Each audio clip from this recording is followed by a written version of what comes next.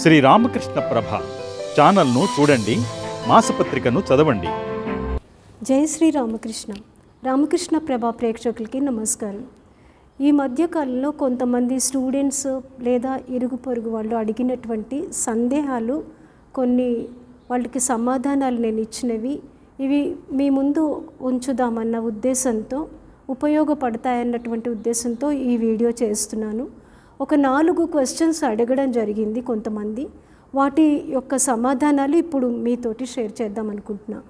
వాటిలో ప్రశ్న ఏంటంటే, ఒకళ్ళు అడిగారు, పిల్లలు ఎప్పుడు ఫోన్లు పట్టుకుని కూర్చుంటారు, చెప్పిన మాట వింటలేదు, ఎంతసేపు ఫోన్ వాడుకుంటూ ఉంటారు, టీవీ చూస్తూ కూర్చుంటారు, ఏమి చేయరు, చాలా కోపం వస్తుంది, చెప్పిన మాట వింటలేదు. ఈ కోపాన్ని ఎలాగా కంట్రోల్ చేసుకోవాలి? ఎందుకంటే భగవద్గీతలో పదే పదే మీరు చెప్తున్నారు కోపాన్ని కంట్రోల్ చేసుకోవాలని.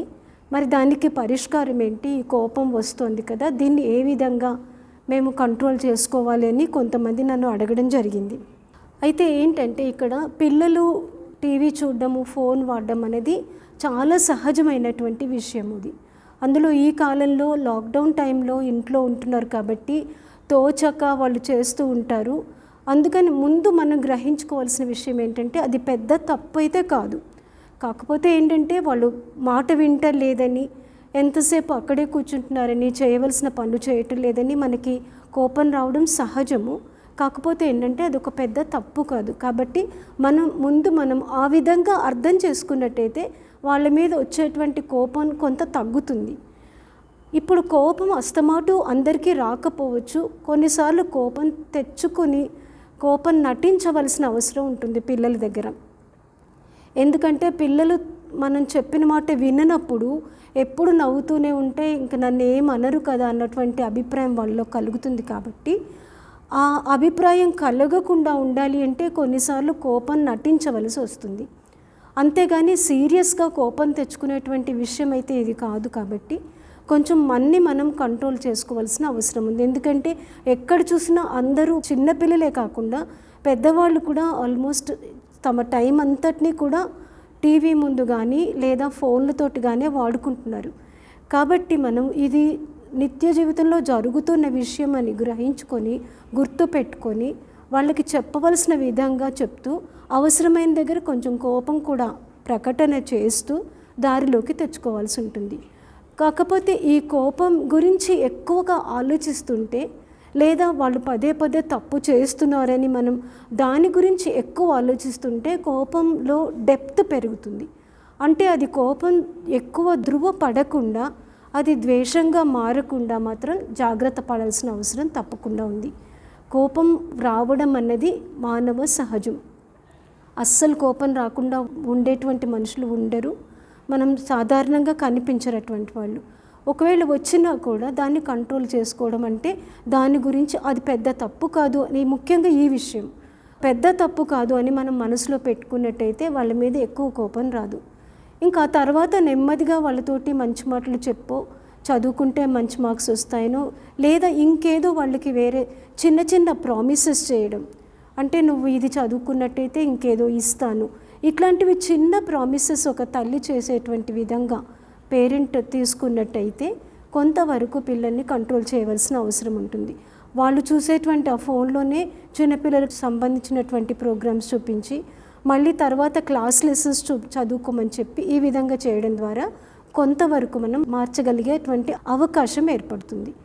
పూర్తిగా మారడం అనేది జరగదు. ఎందుకంటే అవి మనకి ఈ మోడర్న్ ఏజ్లో పిల్లలకు వచ్చినటువంటి పెద్ద అట్రాక్షన్. అది ఒక్కసారిగా మనం దాన్ని అడగకొట్టడం అన్నది జరగదు. అప్పుడు ఏమవుతుందంటే కంట్రోల్ అవ్వదు, సప్రెషన్ అవుతుంది.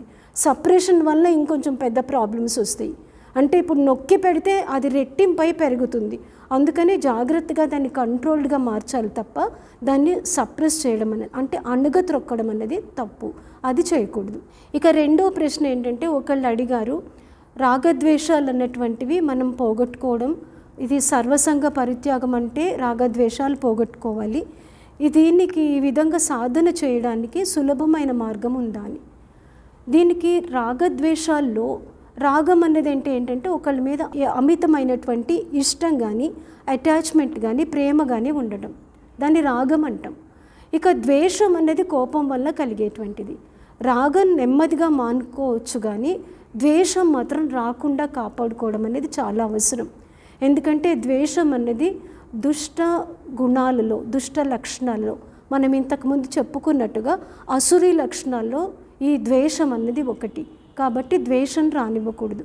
ద్వేషం ఎప్పుడు వస్తుందంటే, ఒక మనిషి చేసినటువంటి తప్పుని మనం అస్తమాటు తలుచుకుంటూ ఉండడం వల్ల, పదే పదే గుర్తు తెచ్చుకుంటూ ఉండడం వల్ల మనకేమవుతుందంటే వాళ్ళ మీద కోపం వచ్చి, కోపం వలన ద్వేషం కలుగుతుంది. కాబట్టి ఎక్కడైనా ఒక మనిషి వలన తప్పు జరిగినా, లేదా మన పట్ల వాళ్ళు ఏమైనా తప్పు చేసినా దాన్ని మరిచిపోవడం అన్నది చాలా అవసరం. దీన్నే ఏమంటారంటే ఫర్గివ్ అండ్ ఫర్గెట్ అని. దాన్ని ముందు వాళ్ళని క్షమించిన తర్వాత మర్చిపోవాలి కూడా. అది మర్చిపోయినట్టయితే మనకి అది ద్వేషం కింద మారదు. ఆ విధంగా ద్వేషం పోగొట్టుకోవచ్చు. రాగం పోగొట్టుకోవాలంటే మాత్రం మనకున్నటువంటి రాగాన్ని, ప్రేమని, భక్తిని, ఇష్టాన్ని అన్నిటినీ పరమాత్మ వైపు మరల్చుకోవడం. దీనికి చాలా టైం పడుతుంది. అటువంటప్పుడు ఏం చేయాలంటే, మొదట్లో పిల్లలు ఉన్నవాళ్ళు పిల్లల్లోనే దైవాన్ని చూస్తూ, లేదా తాము చేస్తున్నటువంటి కర్మలోనే దైవాన్ని చూస్తూ అనుక్షణం భగవంతుడిని స్మరించుకుంటూ ఉన్నట్లయితే నెమ్మదిగా, గ్రాడ్యువల్గా ఈ ప్రాపంచిక విషయం మీద ఉన్నటువంటి ప్రేమ ఏదైతే ఉందో దాన్ని భగవంతుడి వైపు మరల్చుకోవడానికి సాధ్యపడుతుంది. కానీ ఇది చాలా టైం పడుతుంది. అది it is highly time taking. కాబట్టి జాగ్రత్తగా స్టెప్ బై స్టెప్ ప్రాక్టీస్ చేయాలి తప్ప తొందరగా జరిగేటువంటిది కాదు. దీనికి తీవ్రతరమైనటువంటి అభ్యాసం అవసరం. ఇక తర్వాతి క్వశ్చన్ ఏంటంటే, మనసులో చాలా చెడు ఆలోచనలు వస్తున్నాయి, చాలా చెడుగా ఉన్నాయి ఆలోచనలు, దాన్ని కంట్రోల్ చేసుకోలేకపోతున్నాము, ఏం చెయ్యాలి, దీన్ని ఏ విధంగా పోగొట్టుకోవాలన్నటువంటిది ప్రశ్న. మనసులో చెడు ఆలోచనలు వస్తున్నాయి అంటే మనసులో చెడు ఆలోచనలు రావడం కూడా సహజమైనటువంటి విషయమే. ఎందుకంటే మనిషి యొక్క జీవితంలో ఈ మనసు ఏ విధంగా ఏర్పడింది అంటే, జన్మల యొక్క వాసనలన్నీ, అంటే పూర్వజన్మల గత ఎన్నో జన్మల నాటి ఆలోచనలు, వాటి యొక్క వాసనస్ అంటారు దాన్ని, అవన్నీ పేర్కొని పోయి ఉండడం వల్ల మనసులో ఆ విధమైనటువంటి ఆలోచనలు రావడం అనేది జరుగుతూ ఉంటుంది. ఈ విధంగా ఆలోచనలు వచ్చినప్పుడు దానికి వెంటనే తక్షణ కర్తవ్యం ఏంటి అంటే, ఆ చెడు ఆలోచన పోవాలి అంటే ఇష్టదైవ నామస్మరణ వెంటనే తీసుకోవాలి. మనసులో చేసుకుంటుంటే కూడా ఆలోచనలు వస్తున్నాయి అంటే వీలైనంత వరకు పైకి ఆ నామస్మరణ చేయడం అవసరం. పైకి చేస్తుంటే ఏమవుతుందంటే, నాలుక పలుకుతుంటుంది, చెవులు వింటూ ఉంటాయి, కళ్ళ ముందు ఆ రూపాన్ని మనము ఒకసారి తలుచుకోవాలి, లేదా ఆ రూపాన్ని కళ్ళ ముందు పెట్టుకొని స్మరించినట్టయితే మన ప్రయత్నంతో పాటు దైవ సహాయం దొరికి తీరుతుంది. దీనికి నమ్మకం కావాలి. అందుకని నమ్మకం పెట్టి దైవ నామస్మరణ చేస్తున్నట్టయితే అట్లీస్ట్ ఆ టైంలో ఆ చెడు ఆలోచనలు పోతుంది. ఈ విధంగా వీలైనంతలాగా ప్రాక్టీస్ చేస్తూ ఉన్నట్టయితే, కొంతమంది ఏంటంటే నామస్మరణ ఏ పని చేస్తున్నా కూడా రామ్ రామ్ రామ్ అని కానీ, కృష్ణ కృష్ణ అని కానీ, ఏదో ఒక నామస్మరణ, శివ శివ అని ఏదో ఒకటి తీసుకొని ఆ నామాన్ని అదే విధంగా చాంట్ చేస్తున్నట్టయితే దానివల్ల లోపల మనం పడుకున్నప్పుడు కూడా సబ్కాన్షియస్గా మైండ్ వర్క్ అవుతూ ఉంటుంది. కాబట్టి ఆ నామస్మరణ లోపల తిరుగుతూ ఉండడం కారణంగా ఆ దైవశక్తి వైబ్రేషన్స్ ఏవైతే ఉన్నాయో, పాజిటివ్ వైబ్రేషన్స్ వలన గ్రాడ్యువల్గా చెడు ఆలోచనలు తగ్గుతాయి. దీనికి కూడా ప్రాక్టీస్ అవసరం. కానీ ఎక్కువగా వస్తున్నప్పుడు మాత్రం వెంటనే ఆ స్థలం వదిలిపెట్టి వెళ్ళిపోవడం, లేదా దైవనామస్మరణ చేయడం, వేరే వ్యక్తుల కంపెనీలో, అంటే మనకి మంచి వాళ్ళు మంచి మాట్లాడుతారు అన్నటువంటి వాళ్ళ కంపెనీలో కూర్చోవడం, లేదా మంచి ఛానల్స్ ఏదైనా ఆన్ చేసుకుని చూడడం, లేదా రామకృష్ణ ప్రభ వీడియోస్ పెట్టుకుని మంచివి వినడం, ఈ విధంగా చేయడం ద్వారా కూడా ఆ ఆలోచనని మనం పోగొట్టుకోవడానికి మనకు కావాలంటే ఎంతో ఉంది సంపద. మనకి భక్తి ఛానల్ ఉంది, ఎస్విబిసి ఛానల్ ఉంది, రామకృష్ణ ప్రభ ఉంది, ఎన్నో మన స్వామి వివేకానంద గురించి చెప్పినటువంటి వాళ్ళు ఎంతోమంది ఉన్నారు, రామకృష్ణ పరమహంస గురించి చెప్పినటువంటి వాళ్ళు ఉన్నారు, వాళ్ళ వీడియోస్ ఉన్నాయి. మనం రామకృష్ణ మిషన్ వాళ్ళవి కానీ వీడియోస్ చూసినట్టయితే ఎన్నో రకాలటువంటి సలహాలు దొరుకుతాయి. స్వామి వివేకానంద కొటేషన్స్ చదువుకోవడం ద్వారా మనకి ఎంతో సంబంధించినటువంటి ఆన్సర్, అంటే ప్రాంప్ట్గా మనకి అప్రాప్రియేట్ ఆన్సర్ కూడా దొరుకుతుంది కొటేషన్స్లోంచి. అందుకని ఆ విధంగా మనం వాటి సహాయం ఉపయోగించుకోవాలి. అవన్నీ ఉన్నవి మనం వాడుకోవడం కోసమని.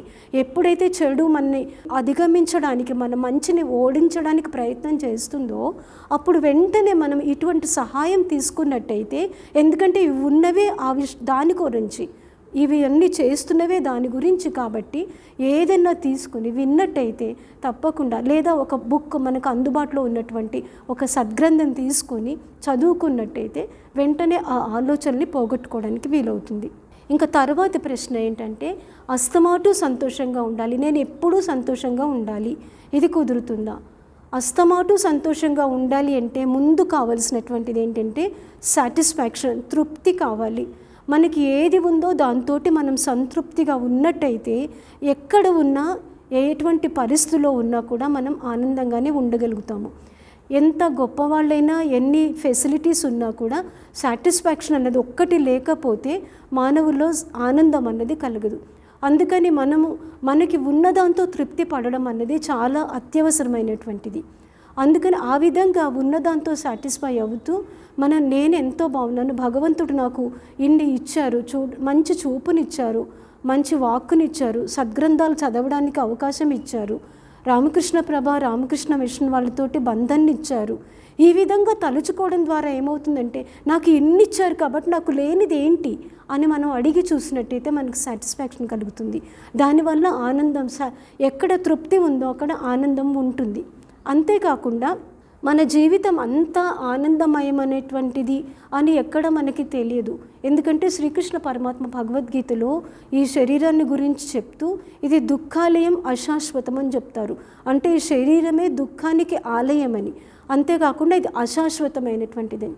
ఇవి మనం గుర్తుపెట్టుకోవాలి. ఎందుకంటే ఎప్పుడూ ఆనందమే ఉండాలి, ఎప్పుడూ సుఖమే ఉండాలి అంటే జరగదు. అది ఏ విధంగా అయితే పగలు తర్వాత రాత్రి, రాత్రి తర్వాత పగలు ఉందో అదేవిధంగా సుఖం దుఃఖం అన్నటువంటివి రెండూ జరిగేటువంటివి.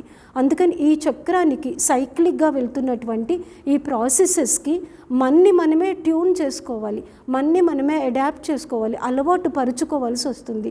సుఖంలో ఎంత ఆనందంగా ఉన్నామో దుఃఖంలో ఆనందంగా లేకపోయినప్పటికీ కూడా కనీసం ఆ బాధల్లో మునిగిపోకుండా, అవి మనని డిప్రెషన్ కలిగించి మనని పూర్తిగా విచారంలో ముంచివేయకుండా మనం కాపాడుకోవాలి అన్నట్టయితే తప్పకుండా మనం ఏదో ఒక గొప్ప వారి యొక్క సలహా తీసుకోవడం, అంటే ఇప్పుడు మనం అనుకున్నట్టుగా రామకృష్ణ ప్రభ వాళ్ళ ద్వారా, లేదా శ్రీ రామకృష్ణ మిషన్ వాళ్ళు ప్రచురించినటువంటి పుస్తకాల ద్వారా, స్వామి వివేకానంద యొక్క కొటేషన్స్ ద్వారా, ఈ అన్ని చదువుకోవడం ద్వారా మనకు కావలసినటువంటి సహాయం దొరికి ఇది ఏంటి, నిజంగా ఆనందం ఉంటుందా, ఎప్పటికీ ఉంటుందా, అది లేకపోతే లేని సమయంలో మనం ఏం చేయాలి, ఏ విధంగా మనము అడ్జస్ట్ అయ్యి బ్రతకగలగాలి అని మనం ఆలోచించుకున్నట్టయితే మనకి ఎన్నో మార్గాలు కనిపిస్తాయి.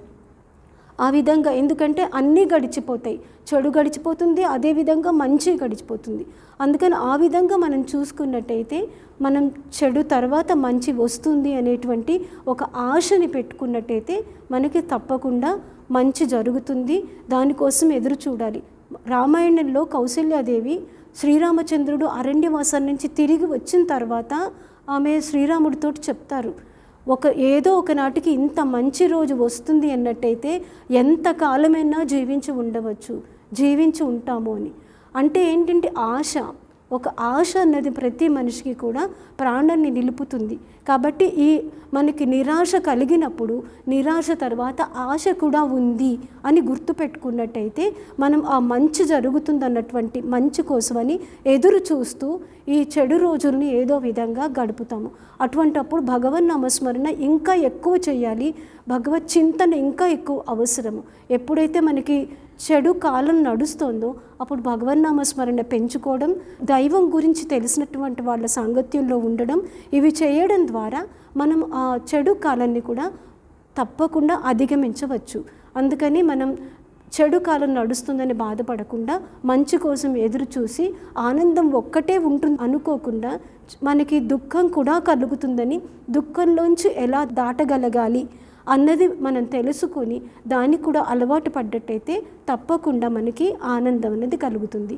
ఈ విధంగా ఈ ఆన్సర్స్ తోటి నేను ఎవరికైతే సమాధానం చెప్పానో వాళ్ళకి ఈ ఆన్సర్స్ ఉపయోగపడతాయని, మిగిలిన వాళ్ళకు కూడా ఉపయోగపడతాయని ఆశపడుతూ సెలవు తీసుకుంటున్నాను. జై శ్రీ రామకృష్ణ.